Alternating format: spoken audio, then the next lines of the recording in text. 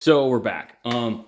This is sort of a little bit of a follow-up, and I know I talk about good enough and not being that fussy. Personally, on personal rifles, an inch doesn't matter to me because even in a 30-06 like this, that's like 70 feet per second, which is the difference between like Reloader 17 and IMR 4350.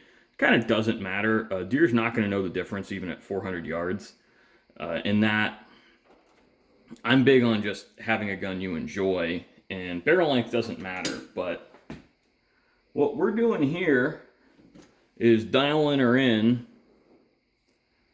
as close as we can. So where's my lowest point now? My lowest point is here. And again, we split the difference, so I back this guy off about 1,000th. Snug this guy up about half a thou.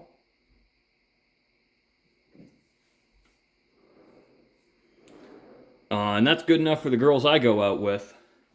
So why do we dial this in again, even though I indicated out here? And that's because we don't assume bores are straight, and things can also move during the cutting. So I did wind up using a parting tool just to clean this face up. And we're going to clean it up again with a lower cutting pressure tool.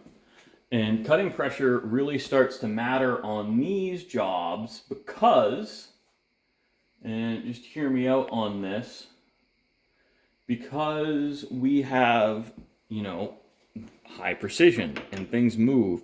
So when I've got a barrel out here, when I did my scratch pass, you can see it visibly move if I push too hard on the tool.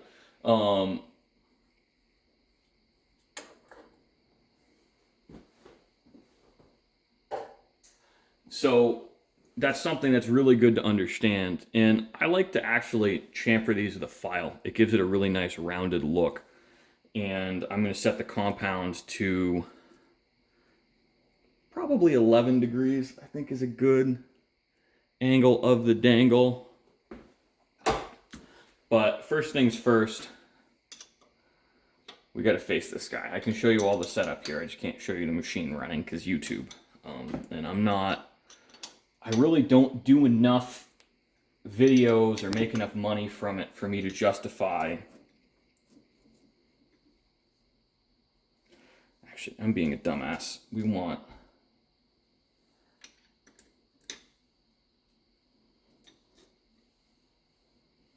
11 degrees this way. So that's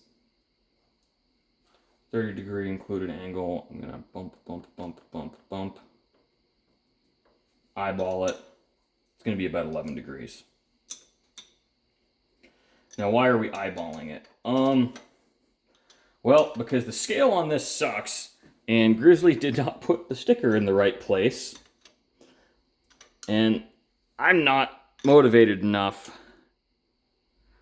to deal with the sticker. So just eyeball it, because the whole 11-degree target crown, I don't know why people settled on 11 degrees. I think it's a really arbitrary number. And in my experience, doesn't matter.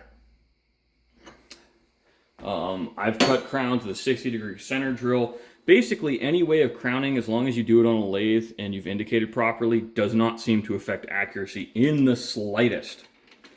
So I kind of just do it, and I'm like, this feels good. So first step, I'm going to face using my cross slide, and then I'm going to cut my crown with the compound. And then I take a lathe file while the machine's running and just go whoop a few times, and that rounds that corner off, and it looks really pretty. So again, thanks for watching, guys. I hope I'm explaining this well enough. I keep talking about good enough and close enough, and the thing is, it's good enough and close enough entirely depends on the context. And here what we're talking about is plus or minus 1/2 thousandths of an inch on almost everything. And when it comes to straightness, we're talking in 10 thousandths of an inch over 2 feet. So that's very precise. But you can do more precise, and you are able to do more precise work on the lathe.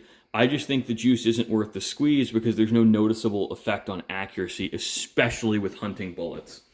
So thanks for watching, guys. I hope you enjoyed, and I hope this is, again, informative and entertaining.